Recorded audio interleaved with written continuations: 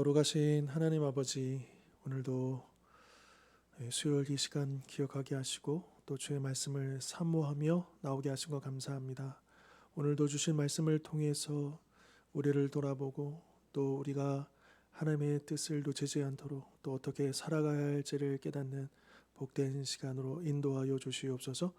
마칠 때까지 함께해 주실 것을 믿사옵고 거룩하신 예수 그리스도의 이름으로 기도하옵나이다. 아멘. 우리 찬송가 531장입니다. 531장 자비한 주께서 부르시네. 우리 같이 찬송하시겠습니다.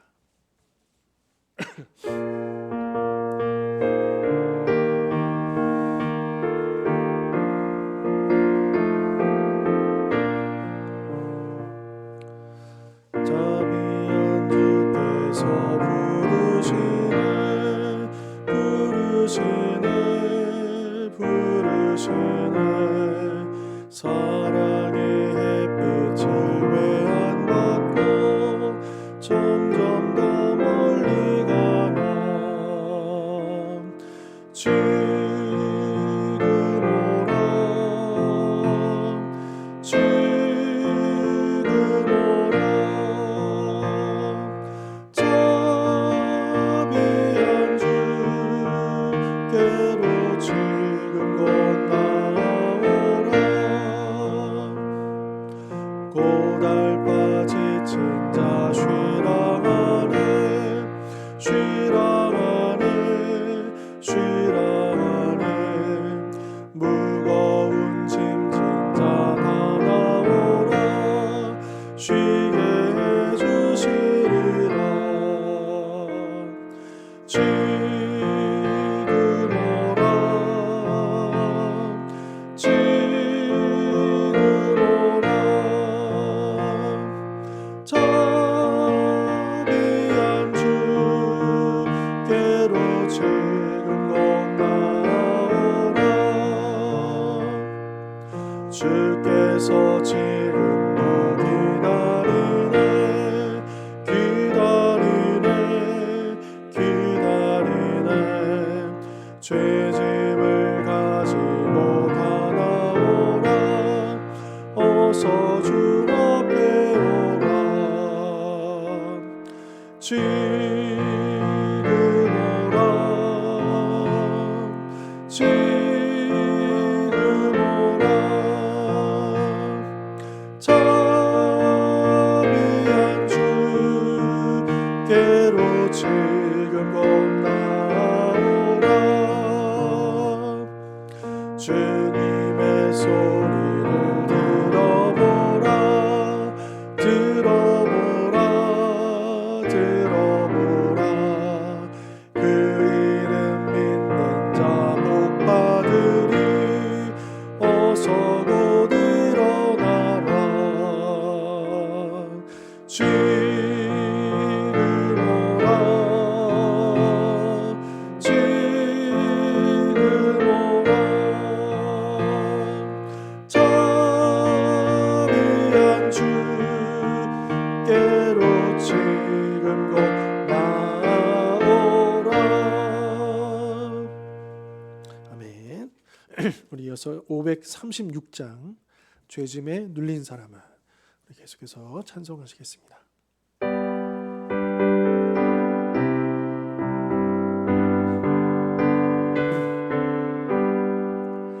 죄짐에 눌린 사람은 다 주께 나오라.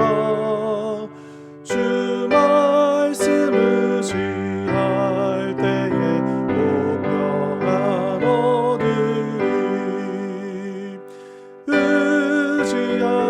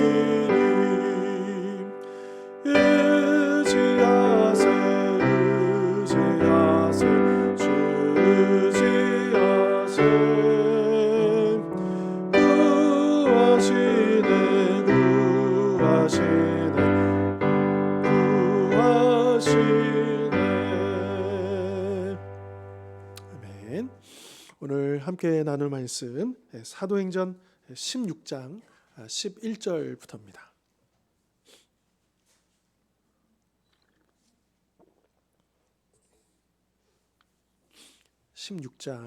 사도행전 16장 11절부터 15절까지 말씀. 제가 가진 성경으로 신약 215면입니다.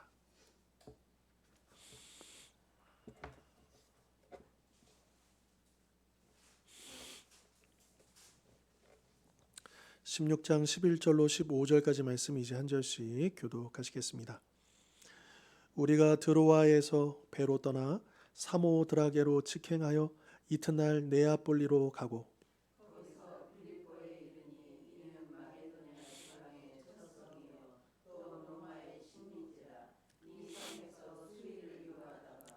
안식일에 우리가 기도할 곳이 있을까 하여 문 밖에 강가에 나가 거기 앉아서 모인 여자들에게 말하는데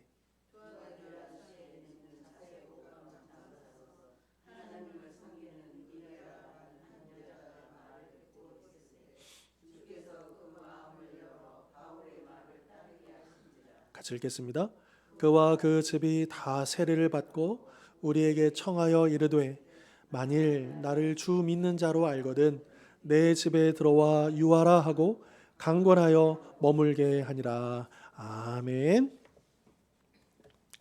자, 우리가 그 지난 시간에 이제 1차 선교 여행을 이제 성공적으로 마치고 이제 이 안디옥 교회가 더 계속해서 잘 진행되는 가운데 이제 유대에서 올라온 예루살렘에서 온 어떤 유대인들 때문에 이제 이 구원을 받는 문제로 이제 논쟁이 일어나죠. 그래서 이 예루살렘으로 파송을 해서 이 문제를 분명하게 매듭 지을 것을 이제 안디옥 교회에서 결정하고 그래서 이 바울과 바나바를 이 유대인들과 함께 이제 그곳으로 보냅니다. 그리고 이제 이 예루살렘 교회에서 지도자들이 함께 모여서 함께 이제 변론하는 가운데 그럼 이방인들도 구원을 받을 때 유대인들처럼 할례를 받아야 되느냐 안 받아도 되느냐 이 문제를 이제 매듭을 짓게 되는 거죠. 다만 이방인 지역에도 회당이 있어서 이 율법의 어떤 도덕적인 문제들 또 유대인들에 대한 배려들 이제 알고 있었기 때문에 피를 먹는 문제라든지 음행이라든지 이런 부분들을 이제 이방인 그리스도인들은 피해 주도록 이 지도 야고보가 이제 지혜롭게 성령의 지혜를 따라서 그 복음의 본질은 분명히 세우면서도 또 그 유대인들의 어떤 이런 상황들도 같이 배려할 수 있는 그 길들을 열면서 또다시 안정을 취하게 됩니다. 그리고 이제 16장으로 넘어오게 되면 이제 2차 선교 여행이 진행이 되는 거죠. 이제 2차 선교 여행은 이제 우리가 16장 1절부터 보지 않았지만 우리가 잘 알고 있는 대로 이제 이 2차 선교 여행의 목적은 뭐냐면 1차 선교 여행에 했었던 그 지역들을 다시 한 번 더 굳게 하는 그런 목적으로 출발을 하게 됩니다. 자, 그러면서 이제 바울은 자신이 계획한 지역이 있었어요. 그래서 어떤 비두니아 지역, 또 부르기아 지역, 또 자꾸 바울이 계획한 지역마다 이상하게 성령님이 거기에 문을 안 열어주시는 거예요. 그래서 오늘날의 터키 땅이죠. 소아시아 땅에 거기를 중심으로 해서 그 북쪽으로 계속 올라가려고 했는데 안 되다가 계속 결국에는 서쪽으로 가다가 이 터키의 맨 마지막 드로아라고 하는 그 항구까지 오게 됩니다. 그리고 거기서 환상을 보죠.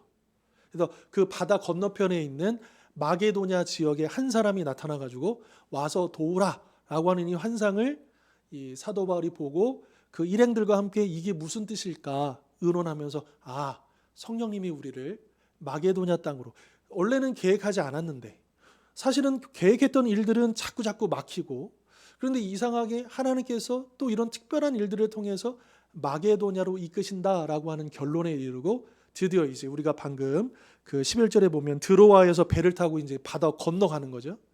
그래서 사모드라게에 직행해서 그 다음 날에 네아폴리라고 하는 이제 항구에 도착을 하고, 그리고 거기서 이제 육로로 이제 바로 빌립보에 들어가게 되는 겁니다. 이 빌립보는 이제 이 마게도냐라는 지역은 이제 우리로 치면 뭐 경상도, 전라도 좀 한 큰 행정 단위죠. 뭐 그 지역은 굉장히 넓은 지역인데 거기에 이제 행정 수도는 데살로니가입니다. 데살로니가. 그렇지만 이 도착한 이 빌립보는 마게도냐 지방의 첫 번째 성이요. 그러니까 이게 다시 이제 아마 한글 성경에 이렇게도 번역되어 있을 거예요. 각주로 해가지고 첫째 가는 성이요. 이렇게 돼 있어요. 그러니까 행정 수도는 아니지만 그래도 인지도가 굉장히 높은, 전략적으로 굉장히 중요한 도시였다. 이 빌립보가요. 참고로 이 빌립보는요, 로마가 직접 개척한 식민지입니다. 그래서 여기다가 그 이제 로마의 군인들은 100% 로마 시민들입니다. 근데 이 로마 시민이었던 이 군인들이 이제 은퇴를 했을 때 이들을 전략적으로 이 빌립보라는 지역으로 정착을 시킵니다.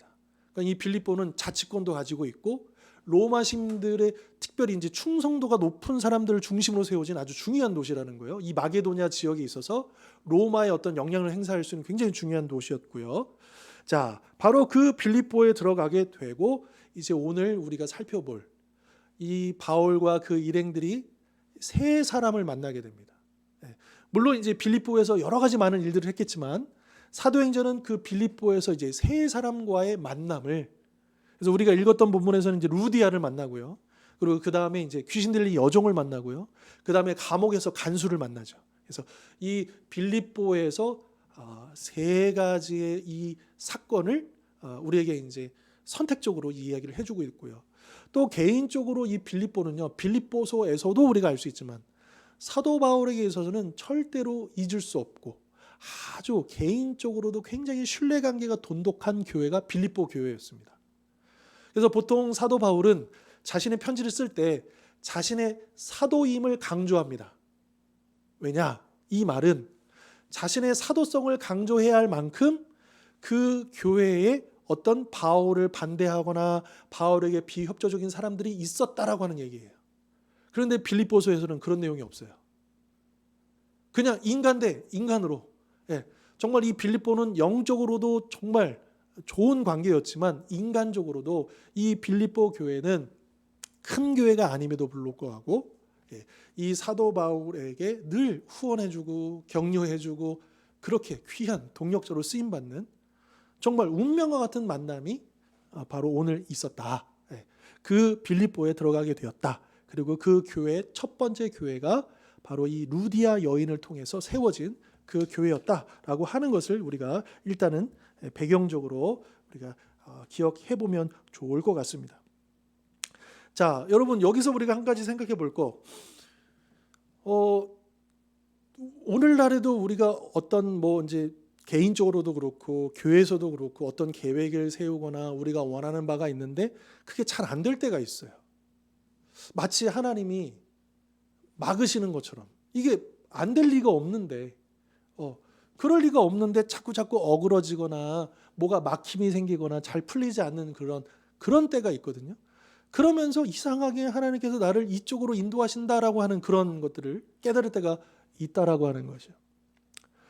사실 우리 주원교회도 그런 어떤 우리 시작하는 데 있어서 그런 면이 있었습니다.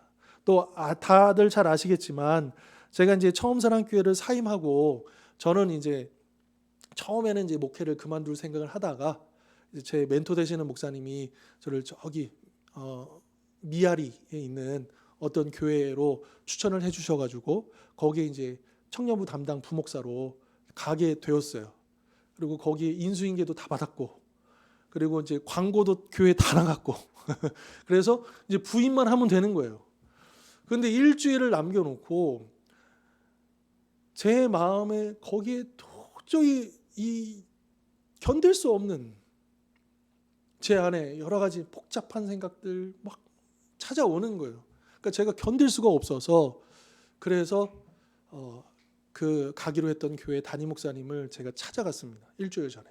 이제 부임해야 되는데 와가지고 그래서 제가 솔직하게 저의 상황과 또 이런 모든 것들을 다 이야기를 말씀을 드렸어요. 그러니까 거기 면접을 볼 때 이제 대략적으로 제가 이제 개척을 했다가 그만두고 온다는 사실은 알고 계셨는데 더 이제 세세한 내용들까지는 이제 모르셨거든요.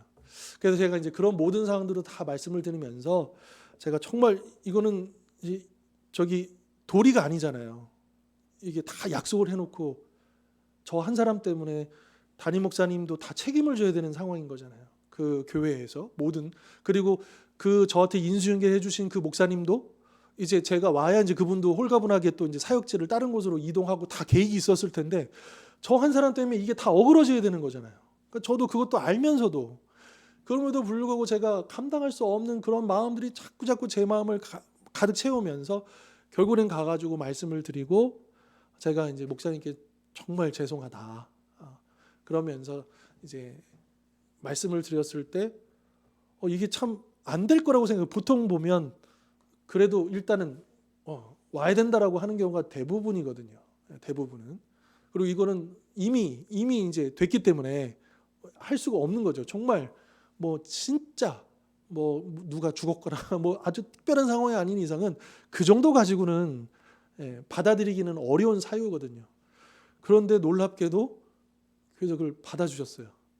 그래서 그 목사님께서도 아무튼 잘 이제 회복되라고 격려해 주시면서 또 그 요청을 받아주셨고 저로 인해서 거기에 제가 참 빚이 있습니다. 그 교회에 참 죄송한 그런 게 참 많고 그런데 그렇게 하고 나서 딱 왔는데 제 마음이 완전히 바뀌어 있는 거예요.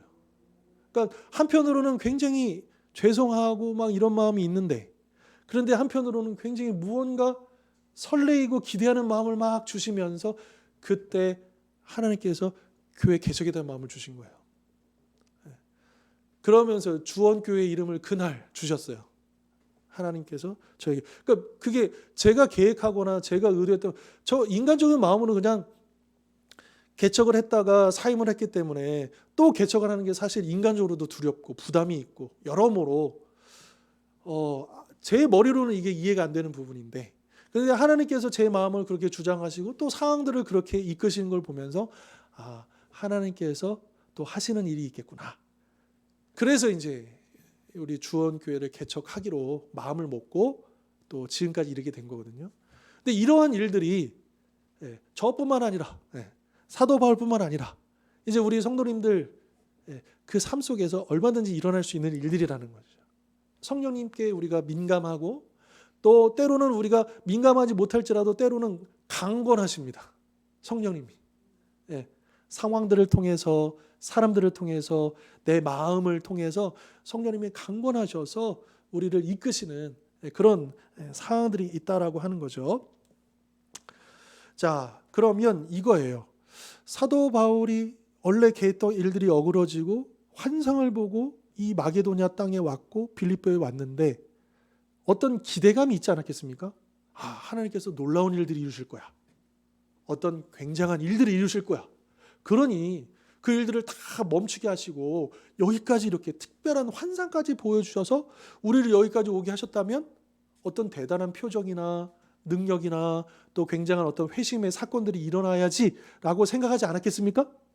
그런데 여러분 사도 바울은 가는 곳마다 제일 먼저 어디를 찾아갔냐면 회당을 찾아갑니다.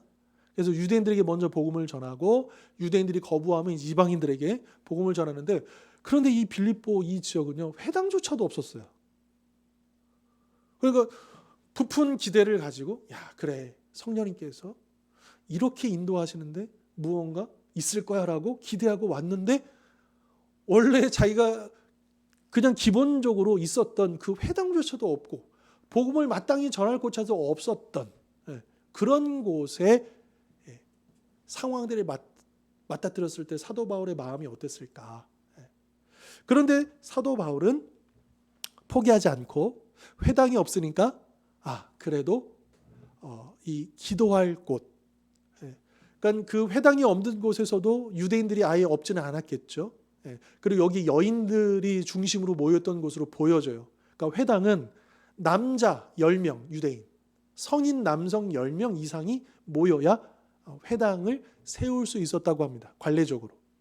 그게 뭐 성경에 나와 있는 건 아니고요. 회당에 대한 그 규례는. 근데 통상적으로는 그 지역에 남자 유대인 10명 이상이 있었을 때 이제 회당이 세워지는데, 여기는 이제 그 정도의 남성들은 없었고, 다만 이제 기도할 처소, 기도할 그런 어떤 곳이 있었다는 정보를 얻고 이제 사도 바울이 거기에 가게 되는 거죠. 그리고 그곳에 모여 있는 여인들에게 이제 복음을 전하는 것이 우리가 방금 읽었던 그런 내용입니다. 그런데 그 여인들 가운데 누구였죠? 루디아. 하나님을 섬기는 루디아. 아마 이 루디아가 예수님의 복음까지는 몰랐더라도 이 구약 성경의 하나님, 여호와 하나님, 그리고 유대교에 대해서 뭐 개종까지는 아니겠지만 굉장히 열려 있었던 사람 같고, 또 그렇게 하나님을 섬기는 사람이었다라고 설명을 하고 있고요. 그런데 14절에 보시면 이렇게 표현되어 있죠. 하나님을 섬기는 루디아라 한 여자가 말을 듣고 있을 때, 그러니까 바울이 전하는 복음을 듣고 있을 때 주님이 그 루디아의 마음을 어떻게 해주십니까? 열어주십니다. 그러면서 바울의 말을 따르게 하신 거죠. 예수님을 믿게 한 거예요. 그 복음을 받아들이도록 한 겁니다. 그런데 그것으로 끝나지 않고 15절이 중요하죠. 15절, 그와 그 집이 다 세례를 받고, 그러니까 루디아뿐만 아니라 그의 온 가족이 다 세례를 받고, 그리고 이 바울과 그 일행들을 자신의 집으로 초대를 합니다. 그러니까 이거 식사 한번 하자는 의미가 아니에요. 여기서 이 사역을 하라는 거예요. 자기의 집을 오픈해가지고. 그러니까 이 당시의 교회는 다 가정교회죠. 그러니까 가정교회라 하면 자기 집을 오픈할 만큼의 어느 정도의 경제력이 있는 사람을 이제 중에서 이제 헌센 사람들이 자기 집을 오픈해서 시작을 하는 거죠. 그러니까 이 사람은 이제 자색 옷감 장사라고 하는 곳에서도 우리가 힌트를 얻을 수 있듯이 아마 그 정도의 경제력이 있었던 여인으로 보여지고요. 그리고 이 시대에 여인이 이렇게 이름이 등장한다라고 하는 것은 사회적인 지위도 있었다. 그럴 이를 모를 여인이 아니고 경제적으로도 사회적으로도 여러 면에서 어떤 영향력 있는 인물이 이 루디아였다라고 하는 것이고, 이 빌립보 교회가 이렇게 해서 세워지게 된다라고 하는 거죠. 그리고 나중에요, 이 빌립보를 떠날 때 이제 감옥에 갇혀 있다가 이제 떠나잖아요. 그럴 때 빌립보를 떠나기 전에 사도 바울이 들린 곳이 어디냐? 루디아의 집입니다. 이 교회예요. 빌립보 교회에 와서 형제들을 다 모아놓고 다시 한 번 더 격려하고, 그리고 나서 이 지역을 떠나게 되는 거거든요. 그러면서 그 이후로 계속해서 이 빌립보 교회가 사도 바울하고 귀한 동력을 이어가는, 참 이 빌립보라는 지역, 또 이 루디아라는 여인, 또 루디아 집에서 시작된 이 빌립보 교회는 사도 바울과의 그 귀한 만남. 여러분, 루디아라는 한 사람이었지만 그러나 그냥 한 사람이 아닌 거예요. 그렇죠. 어쩌면 사도 바울은 예루살렘에서 3,000명이 회개했던 어떤 그런 기적들, 회심 사건들, 또 여러 가지, 또 어떤 자기가 다메섹 도상에서 겪었던 특별한 일들, 뭐 이런 것들이 펼쳐지지 않았을까? 또 이렇게 해서 왔는데 빌립보에서 막 엄청난 많은 사람들이 주기로 이렇게 기대했을지 몰라요. 그런데 실제로는 어때요? 그 한 가정이 이제 돌아오고 그 한 여인을 중심으로요. 그런데 결국에는 이 한 여인의 회심과 이 한 가정이 주기로 돌아온 이 사건이 이 사도 바울에게서는 단순한 한 개인이 아니었던 것이에요. 수많은 사람이 있을지라도 이 사도 바울에게 협력하지 않는다면 그것이 사도 바울의 사역과 큰 연관이 없을 수가 있잖아요. 그런데 이 빌립보 교회는 다른 교회와 달랐다. 너무나도 달랐다.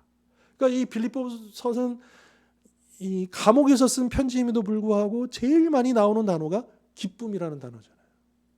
어떻게 그럴 수 있었을까? 이 빌립보 교회, 이 빌립보로 쓴 것은 감사하면서 편지를 보낸 거거든요.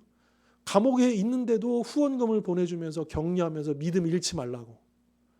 그 감사함으로 보내면서도 단지 이제 사도 바울은 자신에게 후원해 준 것을 감사함을 그 넘어서서 이제 그 빌립보 그 성도들을 향해서 그 핍박 가운데 있는 어려움 가운데는 그들을 향해서 격려하면서 이제 이 빌립보 교회의 동력을 이어갔다라고 하는 것입니다. 여러분, 하나님께서는요, 그래요, 자꾸만 많고 크고 어떤 대단한 일들만 관심이 있는 것처럼 우리가 잘못 생각할 수가 있습니다. 그러나 하나님은 기본적으로 한 사람에게 주목하신다는 거예요. 한 사람에게. 물론 많은 사람들이 주께로 돌아오고 큰 일을 감당하는 것 절대로 나쁜 일이 아니고요. 또 우리가 소망하는 일들이고 우리가 그렇게 쓰임받기를 원합니다. 그러나 우리가 기본적으로 놓쳐서는 안 될 것은 뭐냐? 그 한 사람. 그 한 사람에 우리가 주목할 때 하나님은 그 한 사람을 통해서 10명이 100명이 그 이상이 해야 될 그 일들을 감당하게 하시고 하나님의 그 역사를 이루어 가신다라고 하는 것이죠. 얼마나 많은 사람들이 이게 중요한 게 아니고 얼마나 제대로 된 한 사람인가 이게 중요하다라고 하는 것을 우리가 잊지 않았으면 좋겠고, 그런 의미에서 우리 주원교회 우리가 하나 된 우리 모든 성도님들도 우리 한 사람이 그냥 한 사람이 아닌 거예요. 일당백인 거예요. 지금 우리 성도님들이 우리 가정에 나 한 사람으로 인해서 우리 가정이 복을 받고 나 한 사람으로 인해서 우리 이웃들이 또 나를 만나게 되는 나와 관련된 사람들이 복을 받을 수 있는 그 어마어마한 영향력을 가진 한 사람이라는 것을 우리가 잊지 않았으면 좋겠고요. 그런 귀한 마음을 가지고 또 그런 또 한 사람을 우리가 찾기 위해서 또 그렇게 쓰임받을 수 있었으면 좋겠습니다. 자, 우리 계속 말씀 보시면 16절에요.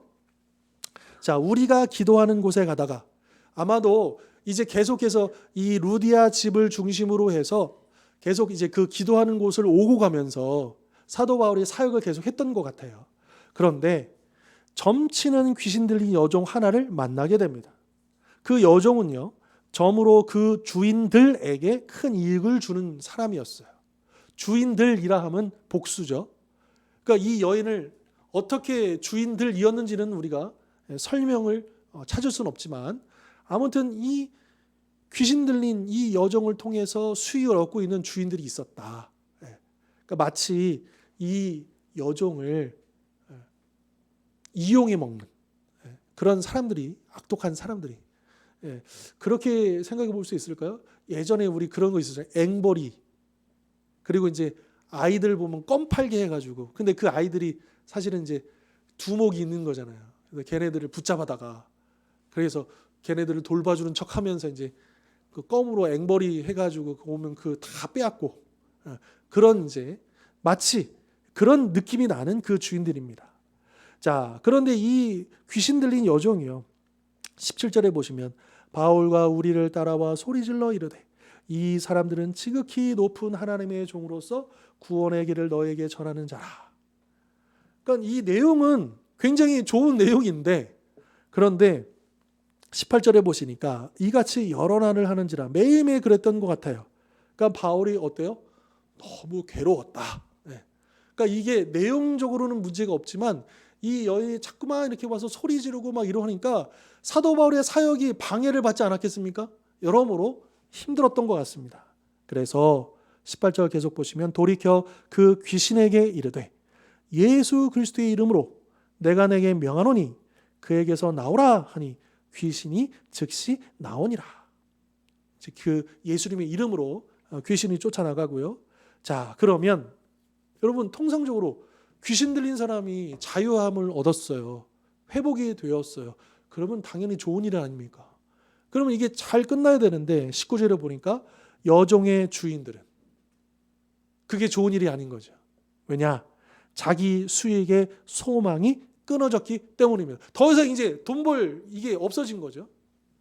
그래서 바울과 실라를 붙잡아 장터로 관리들에게 끌어갔다가 20절 상관들 앞에 데리고 가서 말하되 이 사람이 유대인인데 우리 성을 심히 요란하게 하여 로마 사람인 우리가 받지도 못하고 행하지도 못할 풍속을 전한다 하거늘 무리가 일제히 일어나 고발하니 상관들이 옷을 찢어 벗기고 매로 치라 하여 많이 친 후에 옥에 가두고 간수에게 명하여 든든히 지키라 하니 그가 이러한 명령을 받아 그들을 깊은 옥에 가두고 그 발을 착고에 든든히 채웠더니.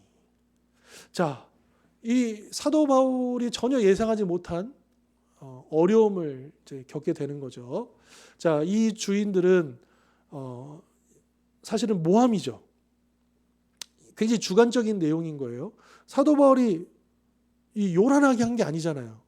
이 여인이 막 소리치고 막 이래가지고 이제 이런 일은 벌어진 거고, 더군다나 우리가 21절을 보면 받지도 못하고 행하지도 못할 풍속을 전한다. 그러니까 바울이 전했던 복음을 이런 식으로 폄하하고 있는 거죠. 그런데 더 문제는 뭐냐? 이 고소를 받아들였다는 겁니다. 그러니까 여기는 이 로마의 법이 통하는 곳이라면 이게 객관적으로 맞는지 안 맞는지를 어떤 조사를 해야 될 거잖아요. 그래서 이게 유죄면 거기에 합당한 뭔가를 해야 되는데 이 상관들은 아마도 이 주인들과 어떤 커넥션이 있었던 모양인 것 같아요. 그러니까 제대로 이것을 처리하지 않고 그냥 그 사람들 말을 무조건 들어주고 일방적으로 들어주고 이 바울과 실라를 조사도 하지 않은 채 매로 치고, 로마법에는요 이 로마 시민을요 유죄를 판단하지 않고 이렇게 징계를 내거나 처벌을 하면 법에 걸려요. 이 상관들이 큰일 나는 거예요. 근데 아마도 이 상관들은 이 바울과 실라를 로마 시민이라 생각지도 못했던 것 같고요. 그리고 이 주인들과의 어떤 그런 우호적인 관계 속에서 지금 바울과 실라를 또 그렇게 아주 심하게 매질을 하고, 여러분 예수님이 받으셨던 채찍질 있잖아요. 거기에 준한다고 생각하시면 돼요.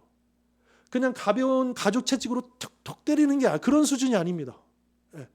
그 로마의 채찍은 어떻습니까?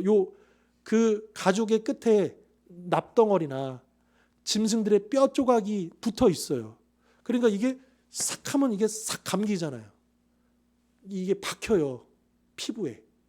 그리고 땡기면 이게 박혔던 게 뜨드득 피부가 찢어지면서 이렇게, 그러니까 이게 맞는 것도 굉장히 아프지만 그 피부 조직이 다 상해버리고 막 출혈이 일어나고 굉장히 아픈 겁니다. 심각한 거예요. 그런데다가 아주 제일 깊은 감옥에 집어넣고 도망치지 못하도록 착고해.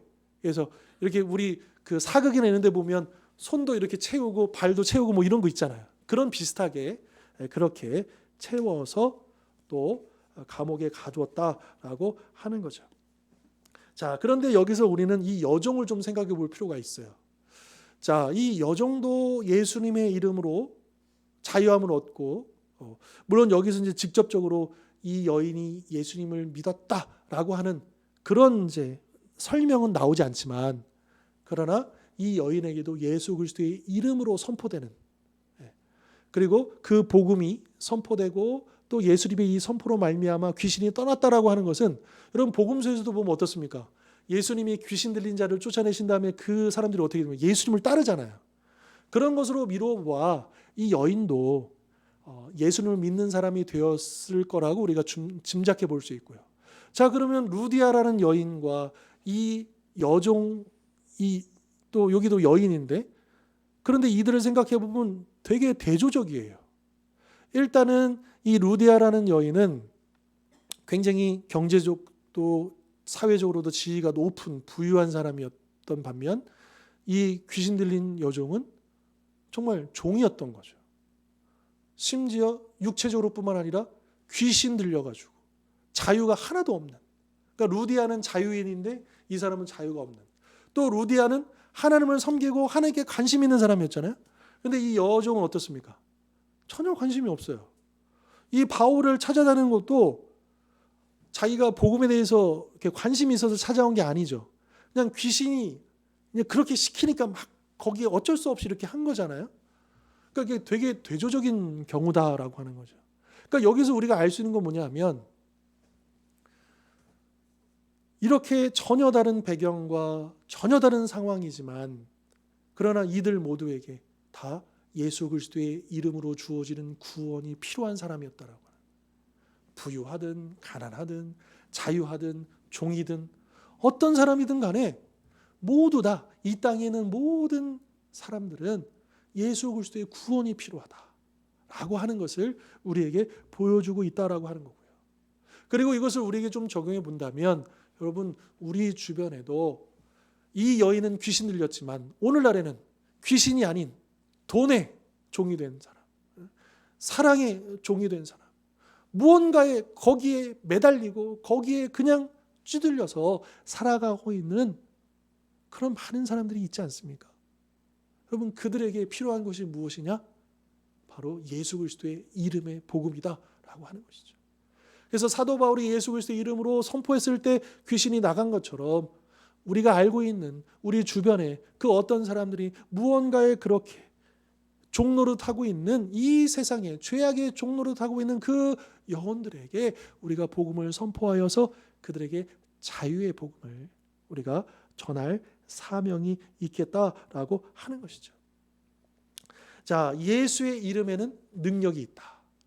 여러분 우리의 이름으로 갈 수가 없죠. 우리 이름으로 이런 일이 일어날 수 없죠. 오직 예수의 이름으로. 요한복음에 보면 예수님께서 이렇게 약속하셨어요.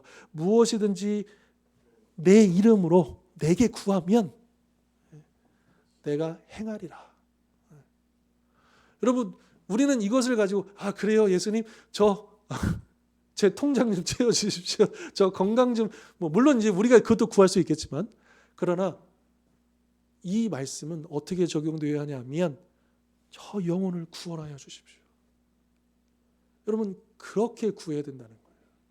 그게 우리 주님께서 원하시는 것 아니겠습니까?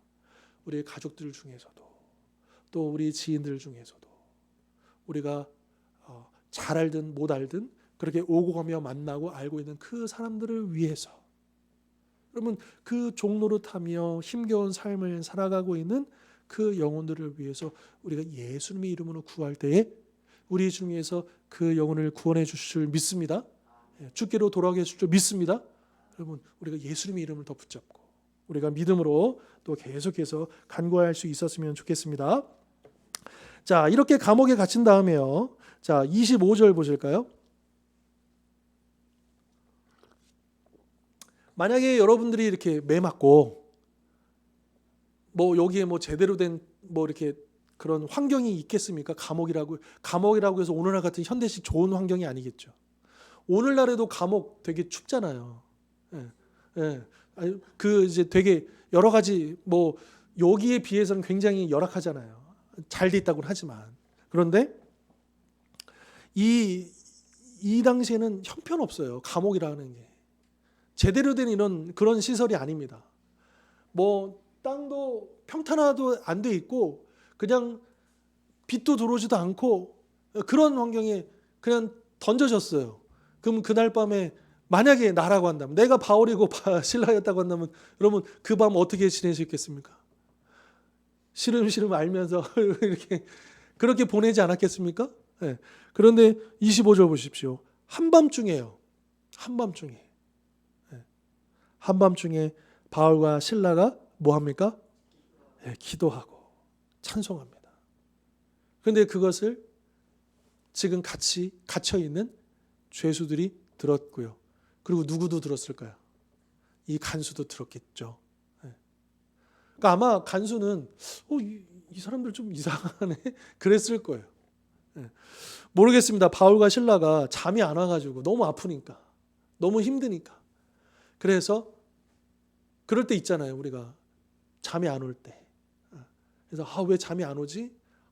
이럴 때 여러분 우리가 하나님을 찬양하고 하나님께 기도하는 기회로 삼으시길 바랍니다. 저도 종종 그럴 때가 있거든요. 갑자기 자다가 잠이 확 깨는데 잠이 안 와요. 그럴 때 뭐 하면 좋을까? 기도하면 좋겠다. 찬양하면 좋겠다. 밤중에라 다른 가족들이 깰 수 있으니까 이렇게 보시면 좋을 것 같아요. 저기 이어폰이나 볼륨을 작게 해가지고 찬양을 들어보시라 하시면서, 그래서 꼭 기도하는 자세가 아니어도 그냥 누워있는 그 자세, 거기서 이렇게 왜 잠이 안 올까? 하나님이 기도하는 걸 원하시지 않을까? 저 그런 생각 많이 하거든요. 그러면서 이제 기도 제목을 생각해 봐요. 그래서 막 기도 이렇게, 그러면 어느새 좀 잠들어 버립니다. 그런데 분명히 이유가 있다라고 하는 거예요. 여러분, 힘들고 어려운 그 한밤중에, 우리의 인생의 어떤 그 고비 중에 하나님의 믿는 백성들은 기도하고 찬송한다. 그것을 우리가 기억하고요. 그 가운데 하나님의 놀라운 기적이 일어나죠. 26절에 갑자기 큰 지진이 나서 옥토가 움직이고 문이 곧 다 열리며 모든 사람의 매인 것이 다 벗어진지라. 여러분, 일단 막 이게 지진이 일어나니까 그 문들이 열린 것까지는 기적이 아닐 수도 있을지 모르겠어요. 그런데 이 묶고 있던 요거까지 다 풀어졌다는 것은, 이거는 지진하고는 인과관계가 좀 없지 않습니까? 이거는 분명히 하나님 역사하신 거예요. 그러니까 물론 지진도 하나님 역사하신 것이지만 좋다 이거예요. 지진 그럴 수 있어요. 그죠? 네. 그런데 그들을 묶고 있었던 착고까지 다 풀어졌다고 하는 것은 그냥 일상적인 현상이 아니었다라는 거예요. 하나님이 개입하셨고 역사하셨죠. 여러분, 우리가 그 힘들고 어려운 그 한밤중에 기도하고 찬송할 때 우리를 올가매었던, 우리를 힘겹게 만들었던 것이 풀어질 줄 믿습니다. 그것이 육체적인 것이든 우리가 어떤 영적인 것이든 우리를 내리 누르고 있는, 우리를 힘겹게 하고 있는 그것들을 우리가 주님의 이름을 찬송하고 기도하고 절망하지 않을 때, 낙심하지 않을 때 우리 주님께서 풀어주실 줄 믿습니다. 자, 이 일이 벌어지니까 큰일 났어요. 27절. 왜? 간수가 자고 있었거든요. 그런데 자다가 깜짝 놀라서 깨어서 옥문들이 열린 것을 보고 죄수들이 도망한 줄 알고 칼을 빼어 자결하려고 했다라고 하는 거죠. 우리가 이미 알다시피 이 당시에는요, 죄수들을 놓치면 누가 대신 죽어요? 네, 그 죄수를 지키던 간수가 죽게 돼 있어요. 반드시는 아니지만 대개는 그래요.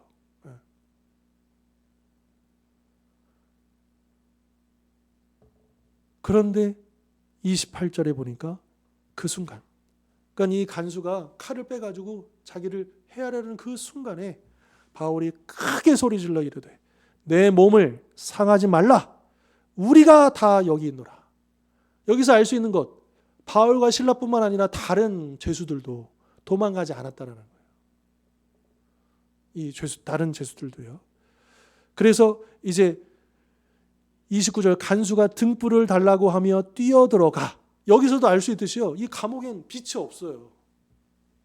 그러니까 이게 무슨 상황인지 아마 다른 죄수들은 파악하지 못했을 거예요. 그죠? 그리고 이 간수도 이 상황들 속에서 제대로 파악하지 못했고, 죄수들이 여전히 있다는 것을 모른 채, 근데 그 소리가 들리니까 그때서야 이제 등불을 들고 불빛을 비추면서 그 감옥 안으로 들어간 거죠.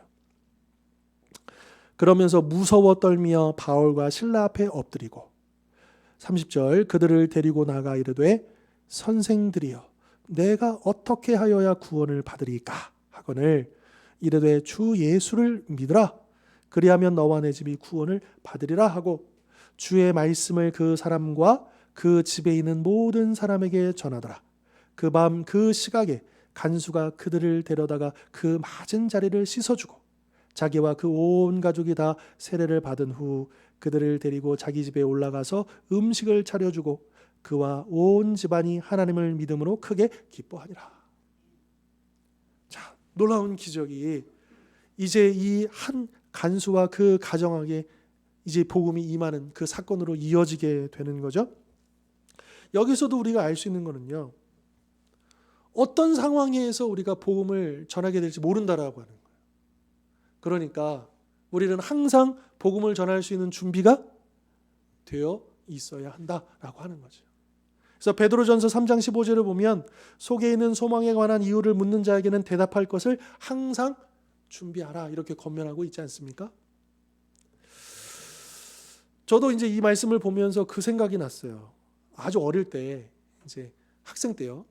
그때 몇 살 때인지는 정확히 기억이 안 나는데 이제 이렇게 아마 명절이었던 것 같아요. 그때도 시골에 이제 명절 새로 가잖아요. 큰 집에, 큰아버지 집에 이제 내려갔는데, 그 광주에 그 이제 갔는데 이제 사촌 동생들하고 다 모였죠. 그 어른들은 이제 큰 안방에서 이제 이렇게 이야기하시고, 이제 자녀들은 또 다른 방에서 이제 막 모여서 우리 아이들끼리 이제 놀고 있는 거예요. 근데 제가 제일 큰 오빠고 큰 형이었거든요. 장손은 아닌데, 장손은 저보다 이제 2살 어린 동생이고, 이제 그 이제 뭐 큰아버지 아이 자녀들 또 작은아버지 자녀들하고 막 이렇게 사촌 동생하고 막 모여 있었어요. 막 이런저런 얘기를 하다가 그 중에 이제 큰아버지의 이제 둘째 셋째 여자 아이들 2명하고 이런저런 얘기를 하다가 그 순간 정확하게는 기억이 안 나는데 왜 그런지는 모르겠는데 어떤 교회 이야기가 나왔던 것 같아요. 그러면서 제가 그 순간 걔네들한테 복음을 전해야 되겠다, 얘네들한테. 그래가지고 얘네들한테 그 2명을 앉혀놓고 막 정신없는 상황이었지만 복음을 전했어요, 제가. 근데 그때 신비한 어떤 일을 경험했는데 뭐냐면, 제가 얘네들의 복음을 딱 전하려고 하는데요, 갑자기 밑도 끝도 없이 제가 숨이 안 쉬어지는 거예요. 그래가지고 제가 말을 시작을 했는데 갑자기 숨이 막 안 쉬어지면서, 그래서 그 동생들이 잠깐만 해가지고 제가 이렇게 막 이렇게 했어요. 이렇게 하면서 그런 경험도 처음이었어요. 갑자기 숨이 안 쉬어지면서 가슴이 막 뭐가를 찌르는 듯한 막 통증이 오더라고요. 근데 그거를 이렇게 참으면서 한 1, 2분 정도 지나다가 나서 이제 다시 좀 편해지면서 다시 이제 복음을 전했거든요. 계속해서. 근데 그날 그 친구들이 예수님 믿었어요. 저는 그렇잖아요. 이렇게 모르는 사람한테 복음을 전하는 것도 사실은 이 사람이 복음을 들을까 말까 이런 생각도 들지만, 근데 맨날 이게 친척 간에 보던 그 이제 친족 간에 복음을 전할 때 약간 조금 어색하기도 하고 좀 명구스럽기도 하고 좀 그렇잖아요.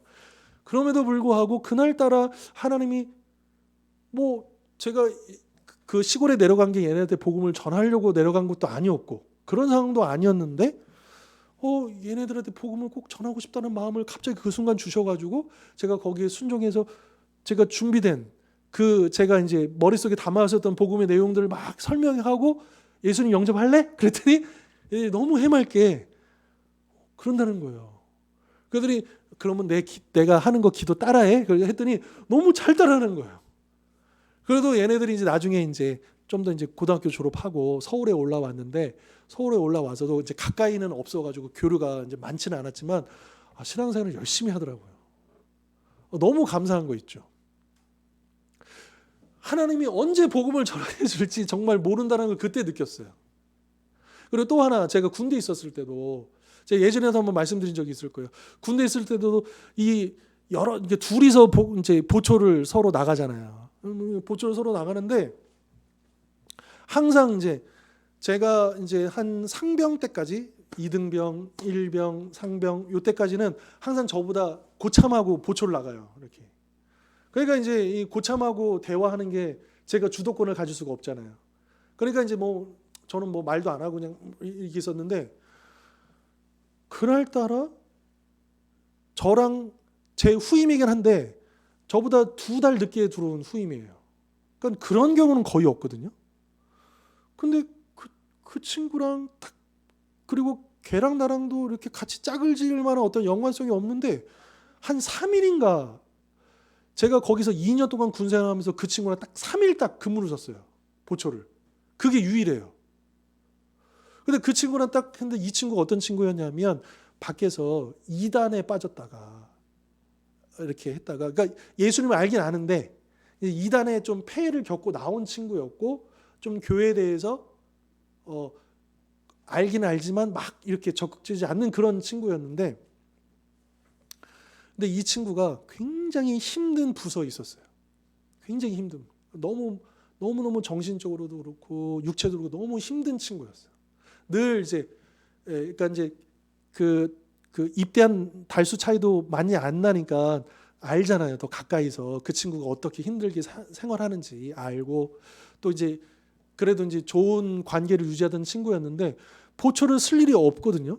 그리고 평상시에는 걔네들 그 친구랑 저랑 단둘이 이렇게 오붓하게 얘기할 수 있는 그런 기회가 거의 없어요. 군생활 하는데. 그런데 한 번쯤에 아무도 없잖아요. 보초 서는데. 딱 3일 동안 그 친구는 보초를 딱 서게 해주는데 첫째 날은 그렇게 지나가고 둘째 날인가 셋째 날인가 하나님이 이렇게 하신 이유가 있겠다 싶은 거예요. 그래가지고 서로 이렇게 둘이서 딱 서가지고 이제 한 사람은 왼쪽에 총 이렇게 들고 이쪽에 이렇게 총 들고 딱 이렇게 서서 있는데 제가 이제 보초를 쓰면서 이제 얼굴은 안 보고 이렇게 쓰면서 이런저런 얘기를 하면서 제가 이 친구한테 복음을 전했거든요. 그때 예수님 영접하겠다는 거예요. 네, 그래가지고 그때 예수님 영접하는데 이 친구를 좀 손을 잡고 기도해주고 싶어가지고 그래서 야 미안한데 우리 총 잠깐만 내려놓자 그래가지고 예. 왜냐하면 거기가 가능했던 게 보초지가 세 군데인데 하나는 행길 길가예요. 그러니까 거기서는 그럴 수가 없어요. 그리고 서로 이만큼 떨어져서 마주 보면서 보초를 쓰니까 안 돼요. 또 하나는 지휘통제실이라고 해가지고 수시로 사람들이 계속 왔다 갔다 하는 곳이에요. 거기서도 힘들어요. 근데 거기는 딱 3일 보초를 섰는데 하필이면 보초지가 어디냐면 풀숲이에요. 아무도 안 와요. 아무도 없어요. 그리고 그 사다리를 타고 한 몇 미터는 올라가야 돼요. 보초지가. 누가 오더라도 빨리 대응할 수 있는 그런 시간을 벌 수 있는 그런 곳이에요. 그래서 이 친구한테 우리 총 잠깐만 내려놓자 해가지고 총을 이렇게 세워놓고 제가 그 친구 손을 딱 꽉 잡고 제가 이제 기도를 해줬어요. 그 친구가 저 제대할 때까지 정말 그 되게 황폐한 그 부대 교회였는데 너무나도 신실한 동력자가 됐어요.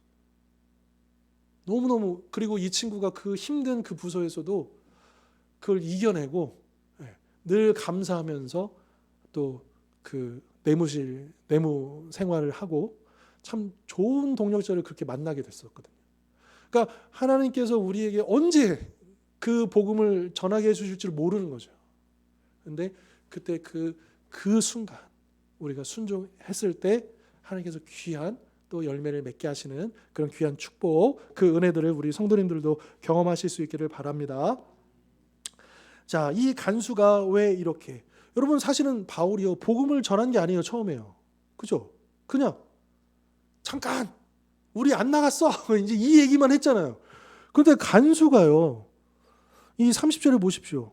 선생들이요 내가 어떻게 해야 구원을 받으리까. 이게 밑도 끝도 없이 이런 얘기가 왜 나왔을까요?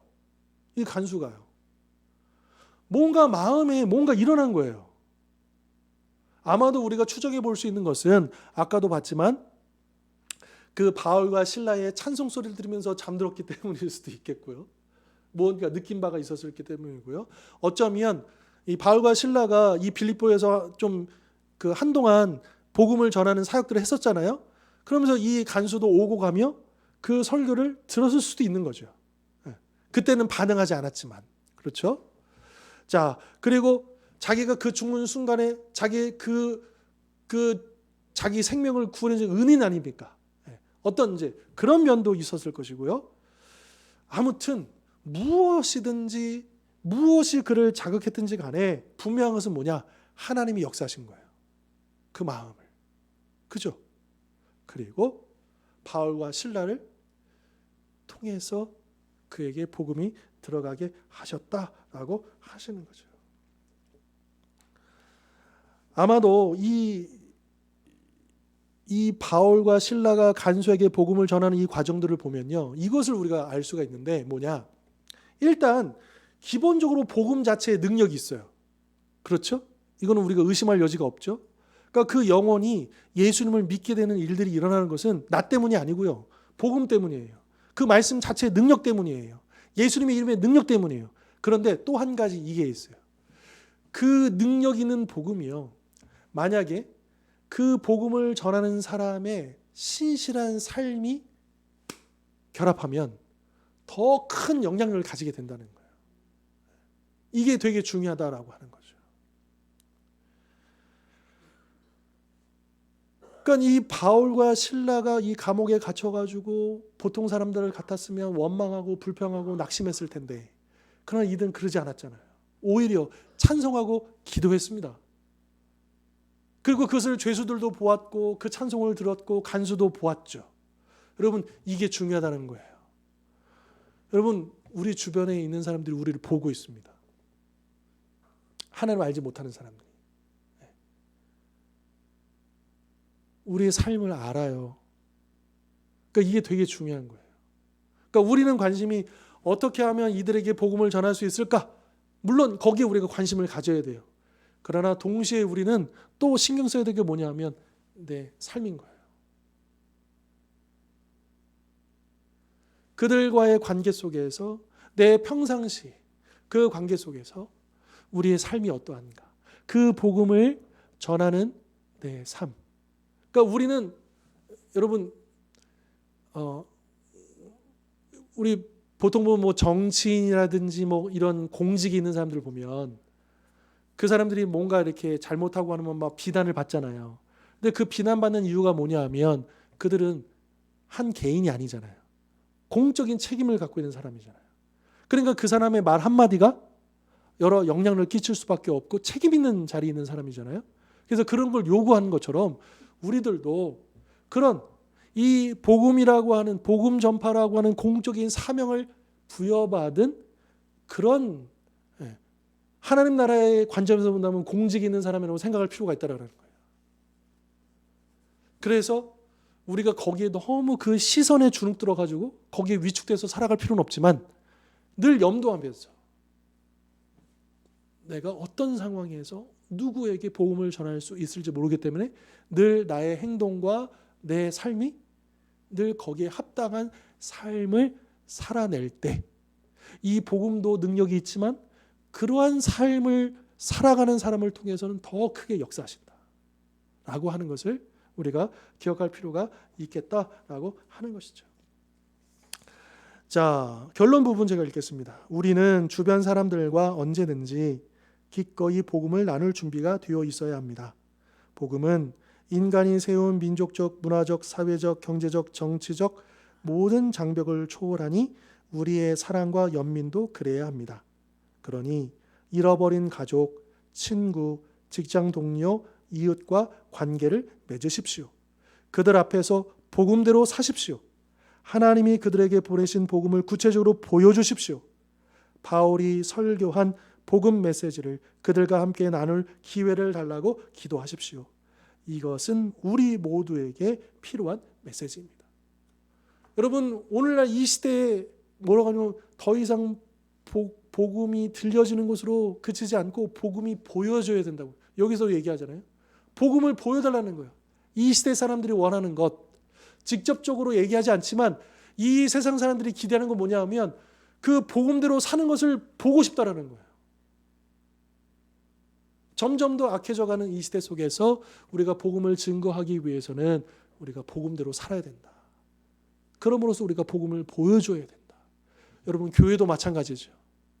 교회가 이 세상과 구별되는 필요가 있지만 분리되어서는 안 될 것이고요. 그리고 이 교회가 이 지역과 이 세상과 또 땅끝까지 교회가 해야 할 일은 뭐냐면 그 그리스도의 사랑을 보여줘야 된다. 어떻게 보여줍니까? 예수님처럼 살아야죠. 예수님처럼 섬겨야죠. 희생해야죠. 손해봐야죠. 여러분, 우리 그 주일에 보면 이제 여기 주차 때문에 약간의 그런 미묘한 신경전이 많이 벌어져요. 이제 우리 성도님은 잘 모를 수 있지만 이제 저 같은 경우는 이제 그걸 신경 써야 되기 때문에 그래서 이제 그 다른데 이제 주일에 문 닫는 집들은 상관이 없지만 그런데 이제 문 열고 뭐 그러면 또 이제 최근에는 저희가 이제 물어서 막 저기를 이렇게 하고 주차를 제대로 못 하거나 또 너무 많이 차지하거나 막 이러면 굉장히 이제 그런 게 있거든요. 또 평일에는 오히려 안 오는데 저 지하에 그 스튜디오 있잖아요. 꼭 주일에 와요. 주일에 차를 가지고. 평일에는 안 와요. 그러면 그들하고 관계 속에서 되게 지혜가 필요하거든요. 그러니까 우리는 이럴 수 있어요. 야, 우리가 여기 저기 제일 오래됐고 우리 저기 또 주일은 우리가 쓰는 건데 뭐 이렇게 생각할 수 있잖아요. 그런데 그렇게 생각하면 안 된다라고 하는 거죠. 우리가 좀 불편해도 좀 억울해도 우리가 보여줘야 된다는 거예요. 그리스도의 그 온유함을, 그리스도의 넓은 마음을. 그러면서 그들하고 좋은 관계를. 그래서 그 스튜디오에 그 오는 그 사람이 있거든요. 그 남자분, 키 큰 분이 있어요. 저만큼 키가 커요. 그리고 그분하고는 늘 인사를 제가 먼저 했습니다. 늘 인사해요. 그분도. 그리고 그게 되다 보니까 그래서 한 작년 말인가 해서 뭐가 이게 약간 이제 차를 빼줘야 되는 상황이었어요. 그런데 좋은 관계가 있다 보니까 그 부분이 전혀 불쾌하지 않고 서로 간에 거기도 흔쾌히 와서 차 빼주고 이렇게 뭐 해주고 전혀 문제가 없이 돌아가는 거예요. 그러니까 그게 참 중요하겠다. 그러니까 이들도 알거든요. 우리가 교회라는 거 알잖아요. 그렇죠? 그러니까 또 여기 야채 가게도 이제 이분들 저도 유심히 관찰하고 있어요. 여기 이제 그 조선족이신 것 같아요. 그러니까 우리 저기 한국 사람이 아니고 동포신 것 같아요. 그 이제 보니까. 근데 이제 이분들에게도 뭔가 언젠가 기회가 있겠다 싶은데 그래도 우리가 기본적으로 이제 그들하고 좋은 관계를 맺어야 되겠죠. 그리고 언젠가 그들에게 전할 수 있는 기회가 오겠죠. 근데 아무튼 선한 어떤 그 관계 우리가 예수 믿는 사람으로서 넉넉하고 또 늘 양보하고 또 손해를 보더라도 그렇지 않아요. 여러분 요 아래 식당하고는 사실은 식당은 조금은 약간 이기적이에요. 네. 그리고 약간 뭐 그런 게 없어요. 그러니까 조금 안타깝죠. 그렇지만 그렇다고 제가 막 하고 있지는 않지만 그래도 그 부부와는 늘 좋은 관계를 맺으려고. 그러니까 이 건물 내에서는 그 여기 우리 아래 그 저기 노래방 있죠. 노래방 사장하고도 저는 관계가 괜찮아요. 예. 막 이 예전에 보면 여기 그 국수집 있었잖아요. 국수집하고 요 동물병원하고 완전히 원수였거든요. 그리고 저기 이제 다방하고 요 노래방하고 또 완전히 원수였거든요. 근데 제가 이제 거기 사이에서 이제 여기 얘기 들어드리고 저기 얘기 들어드리고 이제 제가 이제 요 관리비 뭐 이렇게 하면서 제가 이쪽도 얘기 드리고 저쪽도 얘기 드리면서 이렇게 조율도 하고 여러분 그렇게 하는 게 굉장히 중요하다. 우리가 그렇게 살아내야 된다. 그럴 때 기회가 온다. 그리고 그것을 통해서 우리가 하나님의 도구로 쓰임받을 수 있다라고 하는 것을 우리가 늘 기억했으면 좋겠습니다. 오늘 주신 말씀처럼 우리가 누구를 만날지 어떤 상황에 처할지 모르지만 항상 준비되어서 이 복음이 흘러가도록 또 그렇게 합당한 삶을 살아가고 또 이 복음 전파의 사명을 감당하는 우리 모든 성도님들 되실 수 있기를 주님의 이름으로 축원합니다. 기도하겠습니다. 하나님 아버지, 사도 바울이 성령의 이끄심으로 빌립보에 가게 되었고 그곳에서 운명과 같은 만남, 루디아를 만나고 귀신 들린 여종을 만나고 간수를 만나 복음을 전하였습니다. 오늘 저희들도 어떻게 인도하실지 늘 기대하며 살아가게 하시고 또 우리가 그렇게 만나게 된 사람들에게 이 복음을 전할 수 있는 기회를 달라 늘 구하면서 복음대로 살아가고 복음을 보여줌으로 그 기회가 왔을 때에 이 복음의 능력이 더욱더 드러나기를 또 그렇게 쓰임받기를 원하오니 하나님 우리를 기억하시고 우리를 그렇게 사용하여 주시옵소서. 그래서 우리 교회를 통해 우리 성도님들을 통해 귀한 한 영혼들이 주께로 돌아오는 귀한 전도의 열매를 맺어가는 축복 더하여 주시옵소서. 예수 그리스도의 이름으로 기도하옵나이다. 아멘. 이제는 우리 주 예수 그리스도의 십자가의 은혜와 하나님 아버지의 영원하신 사랑과 보혜사 성령님의 하나 되게 하심의 역사가 이 시간 주신 말씀처럼 복음에 합당한 삶으로 이 어두운 세상에 밝은 빛의 복음을 보여주고 예수 그리스도의 복음의 통로로 날마다 쓰임받기를 원하는 우리 모든 하나님의 백성들 머리 위에 영원토록 함께 하옵시기를 간절히 축원하옵나이다. 아멘.